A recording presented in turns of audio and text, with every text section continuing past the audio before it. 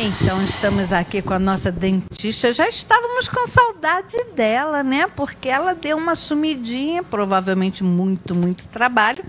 Mas a doutora Mary Ellen Barbosa está aqui de volta e hoje ela veio trazer um assunto que realmente é bastante interessante. A gente precisa ficar bem atento para entender bem essa situação. Às vezes a gente acha que isso não prejudica a nossa saúde, mas hoje, agora, é a hora da gente entender isso de uma forma bem melhor e realmente saber que a gente precisa fazer algum tipo de tratamento, né?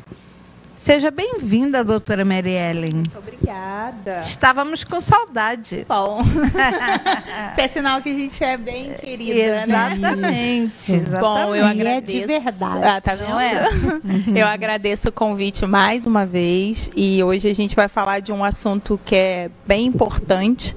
Eu tive sumidinha porque bastante trabalho, graças a Deus, mas também eu tive num congresso agora em Porto Alegre que falou muito de maloclusão em criança. E eu achei muito interessante trazer isso, porque às vezes a gente não entende o que isso vai acarretar futuramente. Isso. Aí tem até umas fotos que no decorrer a gente vai mostrando do que isso vai acarretar, né, na gente quando adulto. Então a gente já pode diagnosticar ela quando criança e trazer Fala ela. primeiro, o pessoal deve ter ficado curioso quando você falou a palavra em maloclusão. Isso. Explica pra gente o que é maloclusão. Então, toda desordem que a gente tem na boca, ela vai ser classificada como uma maloclusão. E aí a gente vai classificar ela de 3 formas, né? E aí tem a classe 1, que seriam os dentinhos tortos, mas a gente ainda tem oclusão, mas aí a gente vai ter apinhamento e tal, mas ainda permanece uma oclusão. O classe 2, que é aquele chamado, anteriormente chamado de dentucinho, que é um pouquinho para frente, tem até uns... Ô, Wellington, a gente conseguiria um close aqui? Um cameraman aqui? Que a gente consegue mostrar e as pessoas conseguem entender melhor. O classe 2... Vamos pedir o Oscar, pode vir aqui. Acho que Oscar. Vai falando. E aí a gente vai ter o classe 3 também, que vai ser ao contrário. É quando a gente diz que a maxila ela cresceu. O 2 é quando a maxila cresceu... Não, vai ter que vir alguém aqui. A maxila cresceu mais do que a mandíbula. Ah lá, mostra. Ó, Ah. tá vendo? Deixa eu ver se eu consigo girar. É que é branco. Ó, tá vendo? Ele é o dentucinho. Isso. Agora deu para ver bem. Né? Esse é o 2, tá? E o 3, ele vai ser ao contrário. Vou pegar o 3. Olha o 3. 3 é para dentro. 3 é para dentro.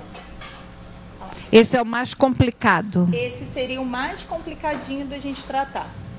Tá? Mas quando criança, a gente consegue tratar. Quando adulto, a gente já vai indicar cirurgia. Aí não Isso tem a jeito. partir de que idade que é o mais recomendável a começar o tratamento? A partir dos 3 anos você já pode começar, a gente já começa a diagnosticar. A partir dos 3 anos a gente já começa a diagnosticar já. A gente já começa a ter aquela tendência, a gente começa a ver a tendência da criança. Muitas das vezes o classe 3 ele é hereditário. Ou é o pai, ou é a mãe, ou é a avó. Alguém tem aquele queixinho protuso para frente e aí a gente já começa a ter um olhar diferente para a criança, né?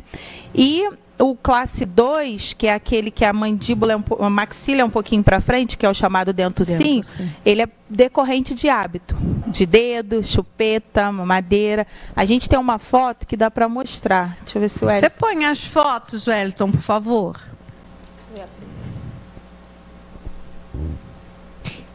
E aí você começa... Ah, tá lá. Tá vendo? Olha, aquele lá é o primeiro, classe 1, que é o que a gente tem aqui, que a gente viu que teoricamente é o mais certinho. Certo. Só que a gente vai ter algumas... Às vezes ele não tem oclusão. Ele tem os dentes corretos, mas não tem a mordida certa. Certo. Tá? Sim. Aí a gente tem o classe 2, que é o primeiro, na fotinha ali. O 3, que é aquele ao contrário, que eu mostrei aqui. Aí a gente vai ter mordida cruzada. Às vezes a gente olha, esteticamente está bonitinho, mas ele cruza, né? Tanto de um lado quanto de um outro. Nesse caso ali, ele está cruzando do lado esquerdo. Então ele joga, tem uma tendência de jogar o queixo para o lado esquerdo. Embaixo a gente tem a mordida profunda. Você tá vendo? Você não consegue ver os dentes de baixo. Ele é chamado um classe 1, porque ele tem os dentes certinhos, porém a mordida é profunda. Ele recobre os incisivos inferiores e a gente não consegue ver. O mordida aberta, que é o clássico da chupeta, que é o que vai se transformar possivelmente num classe 2, né? E o outrozinho ali é o apinhamento dentário, que é o último. Tá vendo? Aquele tá ali misturado ali algumas patologias juntas, né? Ele tem a mandíbula trésica, ele vai ter o apinhamento até devido a isso, porque a maxila dele tá trésica. Então o que acontece? Conforme vai rompendo os dentes permanentes, a gente vai vendo que não tem espaço, aí vai fechando. Aquele ali são dentes de leite? Provavelmente essas fotos aqui é dente de transição. Ali tem dente de leite com dente permanente, que é a fase misturadinho, que é a fase também que a gente já começa. Agora, como é que trata isso? Com aparelhos? Sim, com aparelhos. Então, mas aí você começa a diagnosticar com 3 anos. Com 3 anos. Mas a partir de quando que já começa a fazer o tratamento com o aparelho? O aparelho, a partir dos 3 anos a gente já pode começar a tratar e hoje a gente não tem só aparelhos. Existem alguns dispositivos que você começa a colocar na criança quando pequena. Sobremordida, aquele caso ali que a mordida recobriu os incisivos. Com o aumento de um levantezinho de mordida, a gente já começa a melhorar aquela aparência daquela criança. E aí a gente vai começando a tratar e modificando a mordida dela e trazendo ela para uma mordida mais correta. Então não seria, é um aumento que a gente faz de chamados pistas planas. A gente coloca dispositivos nos molares descidos, molares de leite, e a gente aumenta a dimensão dessa mordida. Então, essa criança começa a mastigar de uma forma diferente, a gente vai trabalhando isso nela, né? A gente ainda diz que aos 3 anos, a criança ainda não tem uma forma dela entender ainda o uso do aparelho. Claro. Né? Então, a gente começa dessa forma, mas ele vai caminhar posteriormente para algum tipo de aparelho que a gente vai começando a introduzir. Lá a gente conheceu vários tipos de aparelho que você já pode começar a introduzir na criança com 3 a 4, 5 anos, 6 anos, e aí você vai melhorando ela. Quando chega numa fase adulta, infelizmente, aí tem determinados casos que é cirúrgico. Agora, deixa eu te perguntar, isso aí, ele é só estético ou ele prejudica alguma coisa na saúde? Não, ele vai prejudicar. E a gente tem a outra fotinha lá. O paciente com uma oclusão correta, normalmente, né, a gente fala que hoje, né, a gente já sabe disso, que a saúde ela começa pela boca e ela está interligada, a oclusão ela está interligada com a coluna vertebral. O classe 3, que é aquele que morde ao contrário, que é aquele que morde, normalmente ele vai ter aquela postura ali do meio. Sim. Né? E o classe 2, ele vai ter essa postura. O que ele faz? Ele inclina a cabeça para frente, porque para ele é mais confortável dessa forma. Porque como a mordida dele, a maxila dele é maior, ele projeta todo o corpo para frente. E o outro projeta todo para trás, que é quando a mandíbula que ela é o contrário. Né? E o outro você vê de forma correta ali, o primeiro. Eu tiro isso pelo meu filho. O Gustavo, ele tem essa classe 2, né? Que ele é para frente, devido ao uso de dedo, chupeta. Dedo ele não pegou, mas chupeta. E o Gustavo, eu sempre me preocupava, eu falava assim, Gustavo, conserta essa postura. Meu filho, o que você está com a cabecinha para frente, ombro para trás, ajeita. E aí que eu vim descobrindo, estudando, que era mais confortável para ele aquela posição para ele poder respirar. Porque ele é um respirador bucal, ele não é um respirador nasal. Então, quando ele projeta a boca para frente, ele abre aqui atrás e aí o ar consegue passar de uma forma melhor. Então, é confortável eles ter essa posição. Então, a gente diz que é o cansado, né? É aquela criança que está sempre cansada, é aquele adolescente sempre cansado. Porque como ele não respira pelo nariz, pela boca, então ele projeta e a postura dele fica totalmente errada. Então, quando adulto, a gente começa a observar. Mas na criança hoje, você já consegue observar aquelas modificações ali. Então, hoje a gente falou muito disso no congresso, que a gente não olha mais só o dente, né? Agora a gente olha o paciente como um todo, né? Na faculdade, você é ensinado a olhar dente, né? Dentista olha dente. E hoje em dia a gente já não olha mais dente. A gente começou a olhar o paciente como um todo. toda a forma que ele mastiga, a forma que ele se comporta, né? A gente até brinca que o dentista, quando você entra, você senta, o dentista te olha de lado. Ele não te olha de frente. E agora a gente já está mudando. O paciente senta, eu vou para frente do paciente e começo a conversar com ele. E aí, conforme ele está falando, eu estou analisando a forma que ele está sentado, o jeito que ele conversa comigo. Que ele respira. Que ele respira. Porque é automático. Eu falo, você respira pelo... Não, doutor, eu respiro pelo nariz. Mas aí, conforme ele vai falando, você vai vendo que, na verdade, ele respira pela boca. Mas ele acha que ele respira pelo nariz. Né? E quando você vê, não é dessa forma.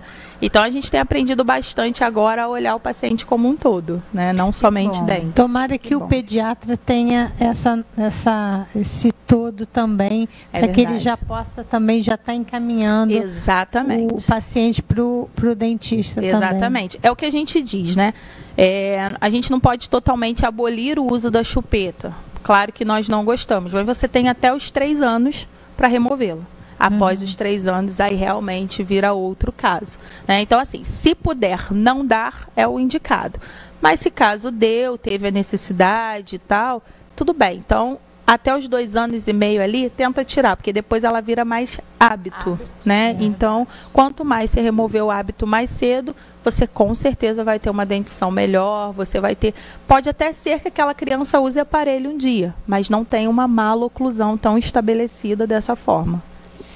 Doutora Mary Ellen, se alguém quiser entrar em contato aí contigo para tirar alguma dúvida, como é que faz? Então, a gente tem o telefone da clínica, a doutora Mary Ellen está na clínica Pro Sorriso em Correias, o telefone é 2221-4825 e o WhatsApp é o 98846-6474. E lembrei, viu? nem precisou de colinha. Não precisei de colinha dessa vez. Eu vim gravando no caminho. Às vezes no carro. Isso, eu vim no carro só gravando o númerozinho. Tem Facebook? Tem, a clínica tem Facebook, a clínica Pro Sorriso, tem o site também da clínica Pro Sorriso, tem o Instagram da clínica, então tá tudo aí. A doutora Mary Ellen também tem o Instagram, doutora Mary Ellen _Barbosa, mas tá tudo bem interligado. Instagram da clínica com o Instagram da doutora Mary Ellen, tá tudo bem interligado lá. Certo. Tá bom? Achando um, acha o outro. Exatamente. E adicionando a gente no WhatsApp também, toda semana a gente sempre posta uma dica de escovação. As empresas estão sempre lançando, né? Pasta e tal. E a gente tem sempre lançado também junto com eles. Lançaram uma novidade, a gente vai lá e posta uma novidadezinha e fica como dica. Isso é muito pacientes. bom. Isso é muito bom. Foi muito bom, não foi? Sempre é muito bom. Ai, que bom. Né? Sempre e o pessoal de casa também. Com certeza, com certeza. A gente vai para o que agora? Um intervalo rapidinho, e a gente volta com mais uma entrevista para você. Não saia daí.